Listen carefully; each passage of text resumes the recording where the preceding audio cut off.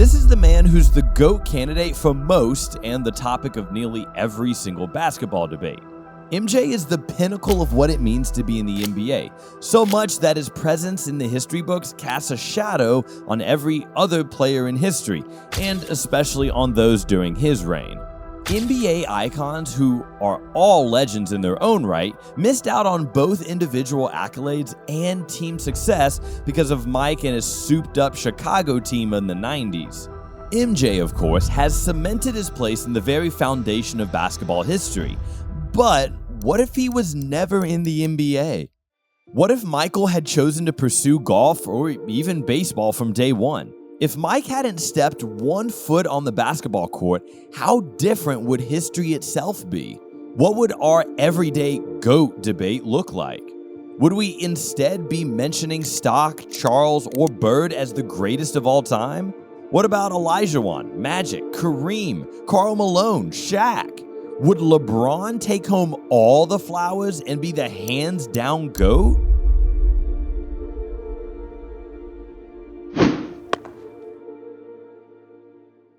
Before Michael Jeffrey Jordan graced us with his presence, there were 3 who were regarded as the best in the game: Kareem, Magic, and Bird. Even today, you're gonna find it hard to have a Mount Rushmore conversation without having at least one of these 3 legends in.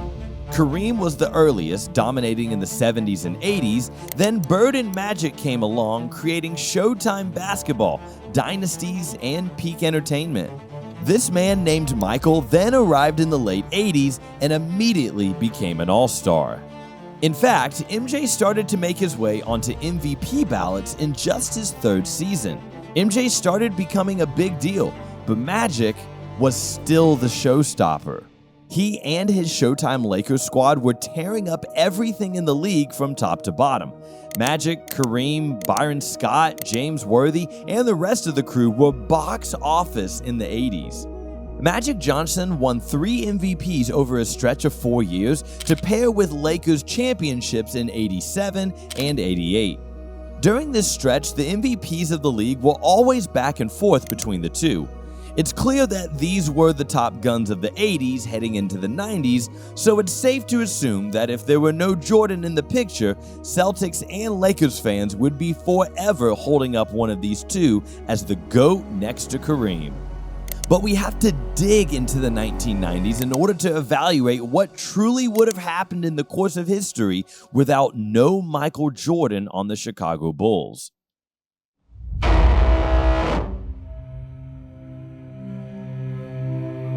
Let's take a look at the postseason landscape of the 90s. The infamous Chicago squad knocked off the Trailblazers, the Phoenix Suns, the Sonics, and the Utah Jazz twice.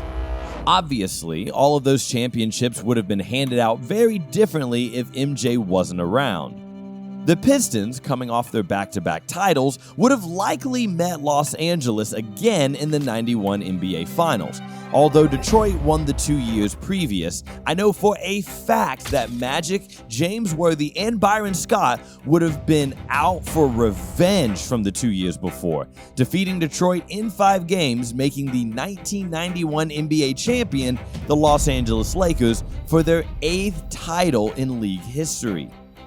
Magic again would solidify himself as the frontrunner for being the greatest of all time by adding another ring and more than likely another Finals MVP to his resume. Next up is the 1992 season. We start to see a young Shaq rise as a star in the league, and Clyde Drexler's Blazers begin to dominate the West. Cleveland faced Chicago in the Eastern Conference Finals that year, and I think with Phil, Scottie, and the rest of the Chicago squad, they probably could have squeaked past the Cavs without MJ. But there is no way they would be able to overcome the MVP winner that year. Remember, MJ isn't around. Clyde the Glide. The Portland Trailblazers now have won their 2nd NBA title, and Clyde Drexler has won Finals MVP.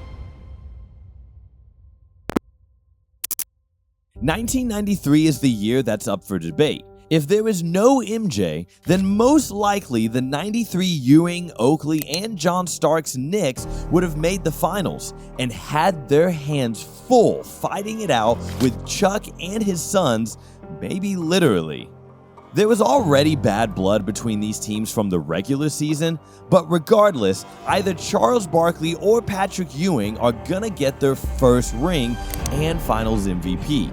This is the year where the GOAT debate changes. Because Magic now has 6 titles and 4 finals MVPs. Clyde now 1-1, along with Barkley or Ewing. Obviously, 94 is when MJ went and played baseball until the beginning of the 96 season, so my history books still don't change. Hakeem's time still stands.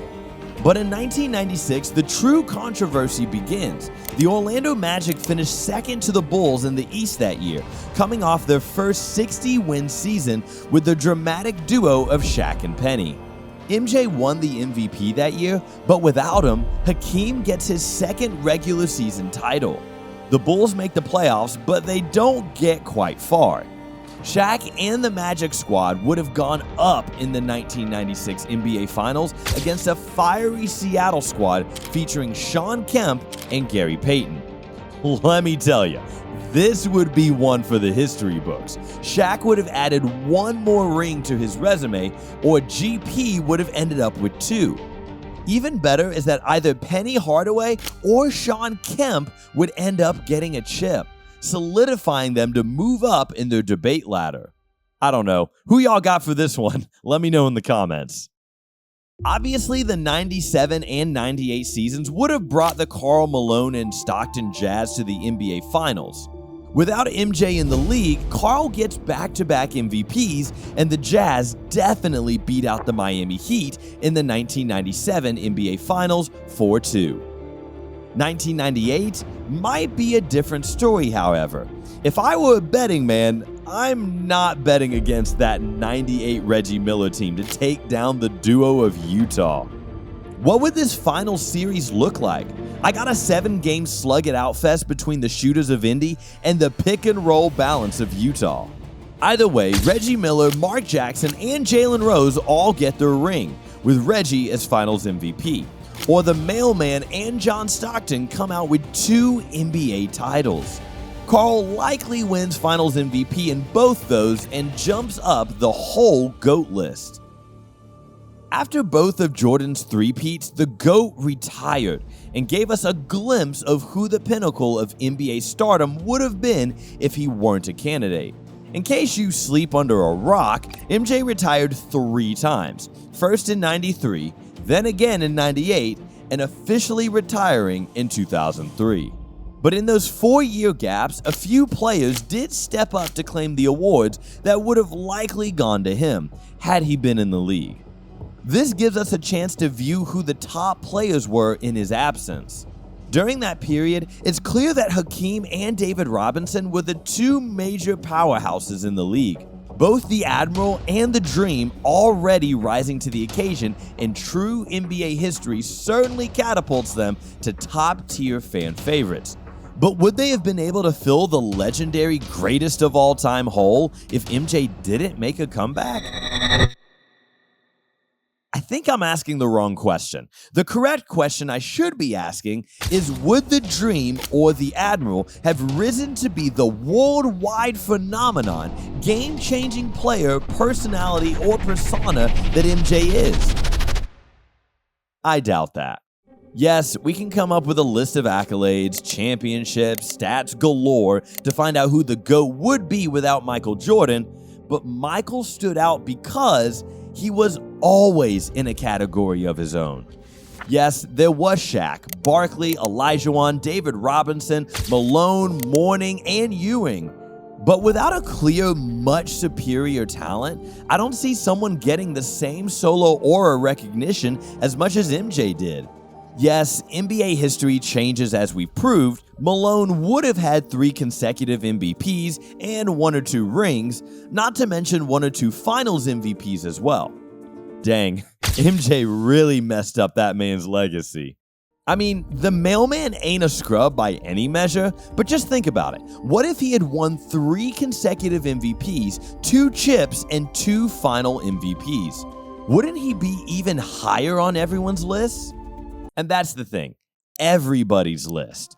Your top 5, your top 3, your GOAT.